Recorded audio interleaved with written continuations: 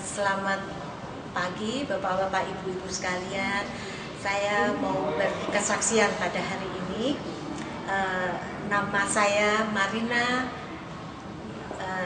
Dengan saya seorang ibu rumah tangga dengan seorang suami dan 3 orang anak laki-laki semua.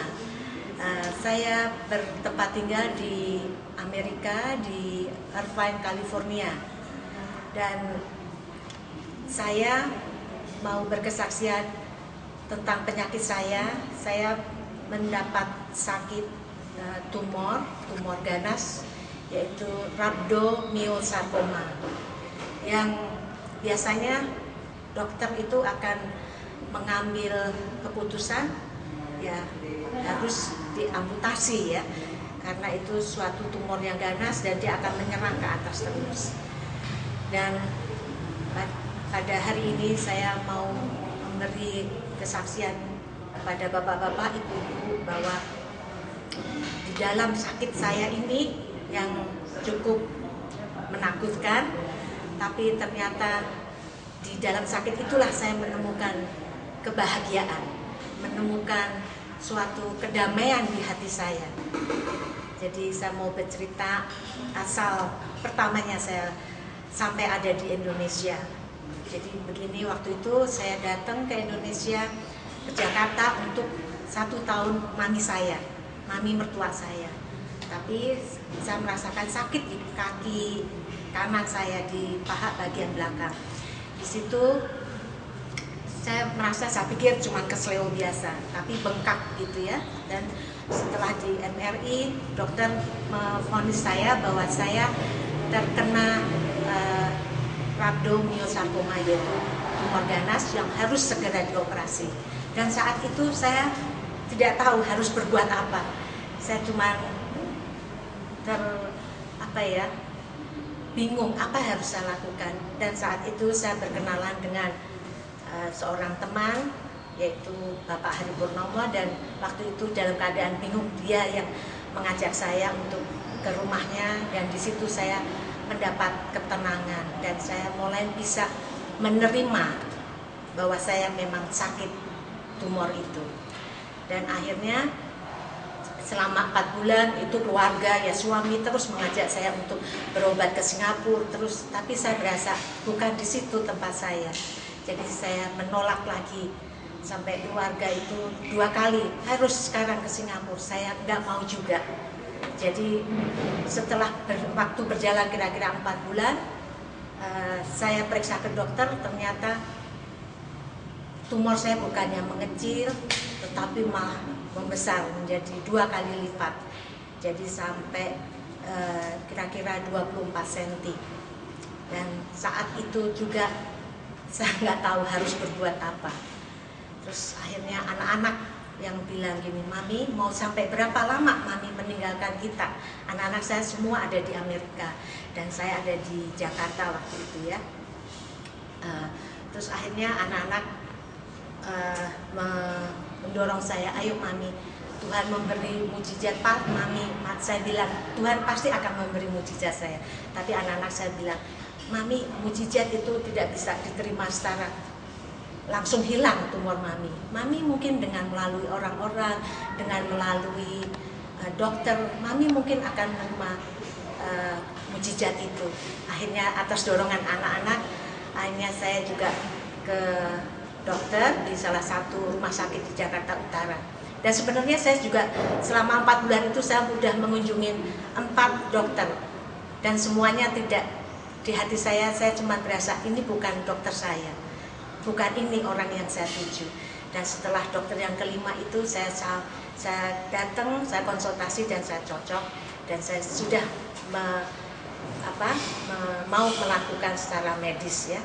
Tapi hati saya itu masih ada keraguan, ada kata-kata, saya sembuh enggak ya, saya bisa baik enggak ya, itu masih ada.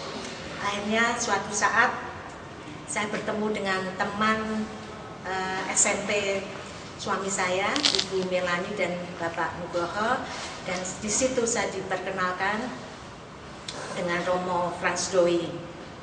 Dan saat itu saya diajak ke meditasi Romo di Pulau Gebang, dan di situ pertama kali saya ikut meditasi itu saya merasakan sesuatu yang apa ya, badan saya itu seperti dialirin listrik di seluruh badan saya, dan saya tuh rasanya sampai lemas, saya tertidur, saya tidur terlentang dari duduk, dan di situ saya ada suatu kesedihan yang luar biasa di dalam hati saya. Saya sampai menangis terseduh-seduh dan saya sampai mengeluarkan air mata. Saya mohon ampun sama Tuhan di situ. Dan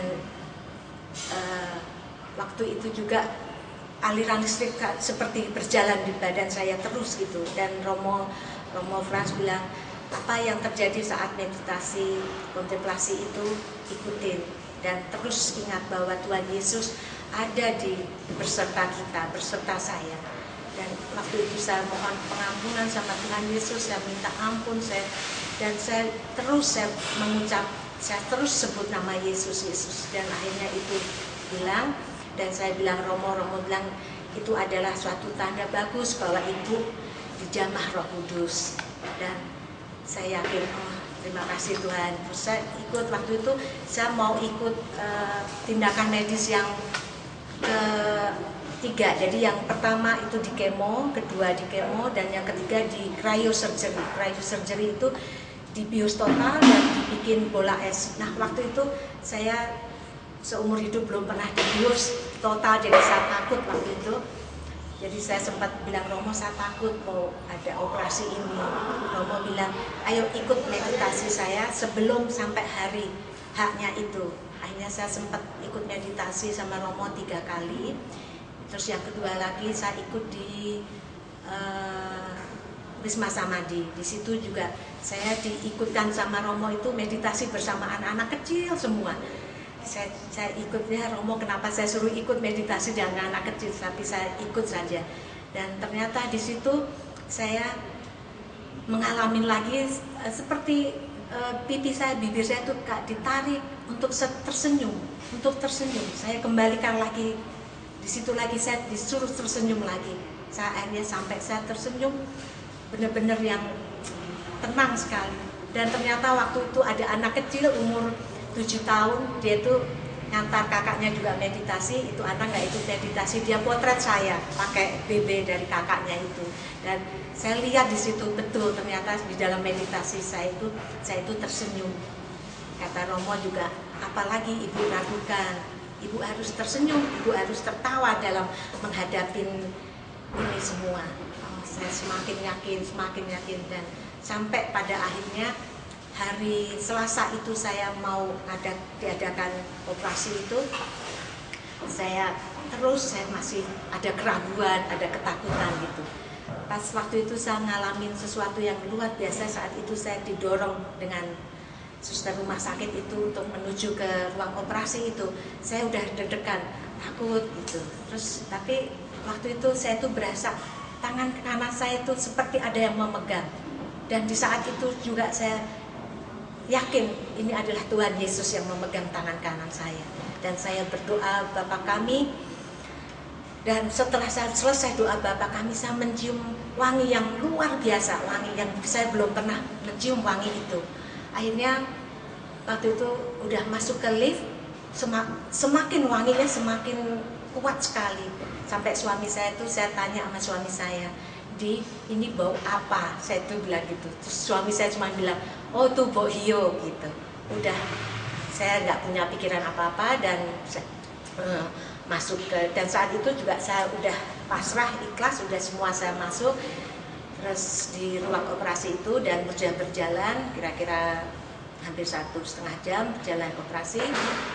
Oh ya, dan waktu itu saya lupa, waktu itu siang itu dokter itu sudah memperkirakan gini, Ibu kita hanya bisa melakukan cryo 3 jarum karena itu dibekukan menjadi bola-bola es ya. Terus karena kok cuma 3 dok? Iya, jadi 3 cm diameternya. Oh jadi cuma segini tumor saya hancur. Iya. Ya tumor saya besar sekali, gimana saya mau menghancurkan itu berapa lama? Ya itu yang kita bisa perbuat Ibu, kata dokternya gitu. Oh ya baik, udah jadi cuma 3 titik aja. udah dikasih spidol gitu kan di kaki saya, cuman di sini-sini. Ternyata di situ saya mengalami mukjizat yang luar biasa.